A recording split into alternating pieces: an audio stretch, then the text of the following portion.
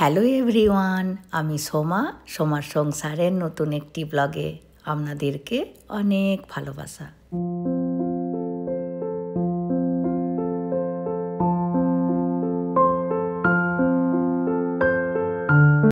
আজকে রবিবার, আর এই ভিডিওটি থাইল্যান্ড যাবার আগের ভিডিও।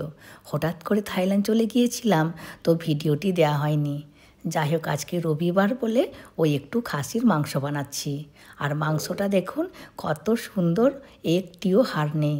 হাজব্যান্ড খুব চেনা পরিচিত দোকান থেকে মাংস নিয়ে আসে, ওই জন্য যেমনটি বলে ঠিক তেমনই মাংস দেয়। আমার পছন্দের মেটে নিয়ে এসেছে, আর মেয়ের পছন্দের চর্বি নিয়ে এসেছে। যাই হোক, মাংসটাতে নুন আর তেল দিয়ে ভালো করে ম্যারিনেট করে রেখে দিয়েছিলাম কিছুক্ষণের জন্য।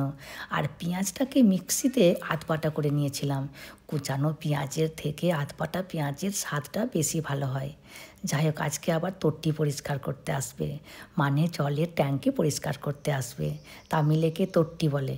তো আমার উপর দায়িত্ব পড়েছে, ওরা যখন পরিষ্কার করতে আসবে তখন আমাকে ওখানে থাকতে হবে।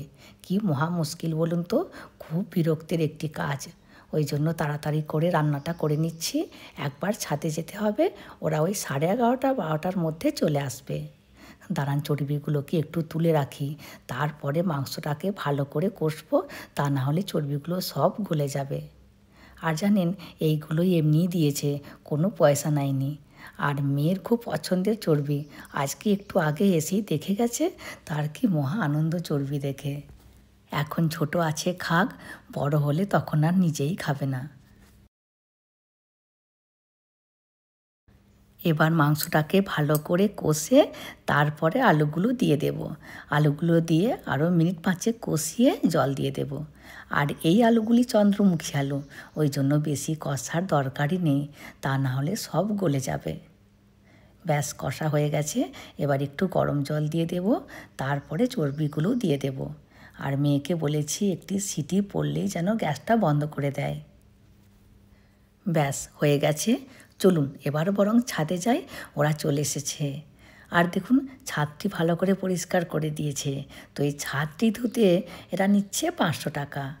আর এখন জল ট্যাঙ্কিটি পরিষ্কার করছে।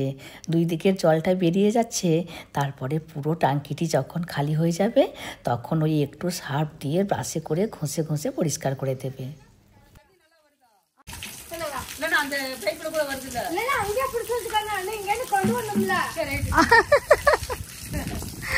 அவங்க நல்லா இது இருக்கு। এরা দুজনে ঝগড়া লেগেছিল। এরা দুজনে হাজব্যান্ড ওয়াইফ।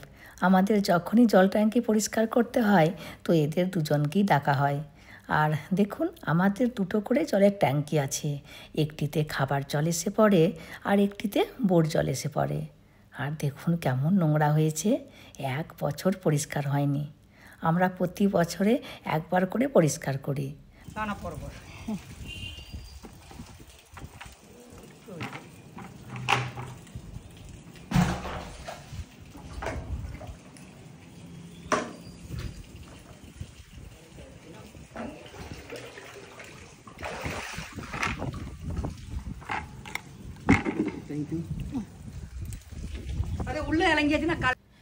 আর এখন যে জলের ট্যাঙ্কিটি পরিষ্কার করছে এটি আমাদের সাইডের নয়, এটি তেলেগু প্রতিবেশীদের সাইডের।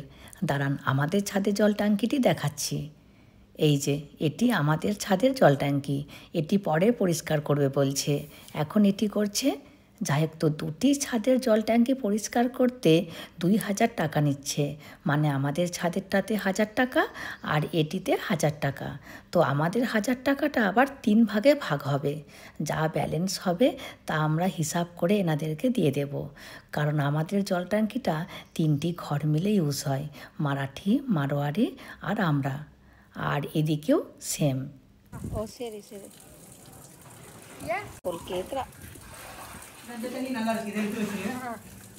দেখুন, দুটো ট্যাঙ্কির জল কিন্তু আলাদা আলাদা। একটি পরিষ্কার জল আর একটি নোংরা জল। খাবার জলেরটা নোংরা জল, আর বোর জলটা একটু পরিষ্কার হয়। যাই হোক, চলুন ঘরে যাই। আমাদের দিকের ট্যাঙ্কিটি পরে পরিষ্কার করতে আসবে, তখন আমাকে এসে দেখতে হবে ঠিকমতো পরিষ্কার করছে কি না। আর এই সব লক্ষ্য রাখার কাজগুলো আমাদের নিচের মারাঠি প্রতিবেশী আছে, তো ওই দাদা ভাই সব সময় লক্ষ্য রাখে। এইবারে ওই দাদাভাই নিয়েই দেশ গেছে, আর মারাঠি দিদি তামিল মোটেও জানে না। ওই জন্য আমাকেই ফোন করে বলল, দিদি দেখে নাও। ওই জন্যই আমার আশা। আর এই ট্যাঙ্কিটি পরিষ্কার করে খেতে যাবে আর বিকালের দিকে আসবে, তো ভালোই হলো, দুপুরে একটু রেস্টও পেয়ে যাব। তা না হলে যা রোদ। যাই হোক, দেখুন সব শেষে মেয়ে একটু ধনেপাতা দিয়ে বলবে, আমি ধনেপাতাটা দিয়েছি বলেই রান্নাটা বেশি খেতে ভালো হয়েছে। আবার কখনো যদি কোনো তরকারি খুন্তি দিয়ে একটিবার নেড়েছে তো ব্যাস হয়ে গেল, আমার কোনো দামই নেই। বলবে আমি তরকারিটি নেড়েছিলাম বলেই না তরকারিটি এত সুন্দর টেস্ট হয়েছে। আর ওর বাবাও বলবে, হ্যাঁ আমার মেয়ে হাত দিয়েছিল না, ওই জন্যই রান্নার স্বাদটাই পাল্টে গেছে। এরকম করে দুজনে শুধু আমাকে রাগাবে। আর আজকে রান্না করেছি এই লোটে শাক ভাজা পেঁয়াজ রসুন দিয়ে, আর এই মাংস, আর কিচ্ছু করিনি। আর এখানে এরকমই মাংস হলে শুধু মাংস আর ভাতই হয়। ஹாய் சொல்லிங்க. ஹாய். நீட்டா பண்ணியாச்சு. அந்த தொட்டி முடிஞ்சிருச்சு. முடிஞ்சாச்சா? இந்த தொட்டி முடிய போகுது. சரி சரி. ஓகே, இங்க மட்டும் க்ளீன் பண்ணா வேலை முடிஞ்சிருச்சு. சரி சரி சரி. ஓகே. এখন বিকাল 5:30টার মতো বাজে। একটি ট্যাঙ্কি পরিষ্কার হয়েছে আর একটি বাকি আছে। হয়ে গেলে মুখটি বাড়িয়ে দেখব ঠিকমতো হয়েছে কি না। যাই হোক, দেখুন বিকালের দিকে আমাদের শহরটি কি দারুণ লাগছে। বিকালের মিষ্টি রোদটি পড়েছে। আর আমাদের কোয়েম্বাটুর শহরটি তামিলনাড়ু যতগুলো শহর আছে তার মধ্যে সবচেয়ে কোয়েম্বাটুর শহরের আবহাওয়াটি সবচেয়ে ভালো। আমরা যখন চেন্নাইয়ে ঘুরতে গিয়েছিলাম তখন চেন্নাইয়ের লোকেরা বলছে, তোমরা কোয়েম্বাটুর থেকে এসেছো? বাহ, কোয়েম্বাটুর জায়গাটি খুব ভালো।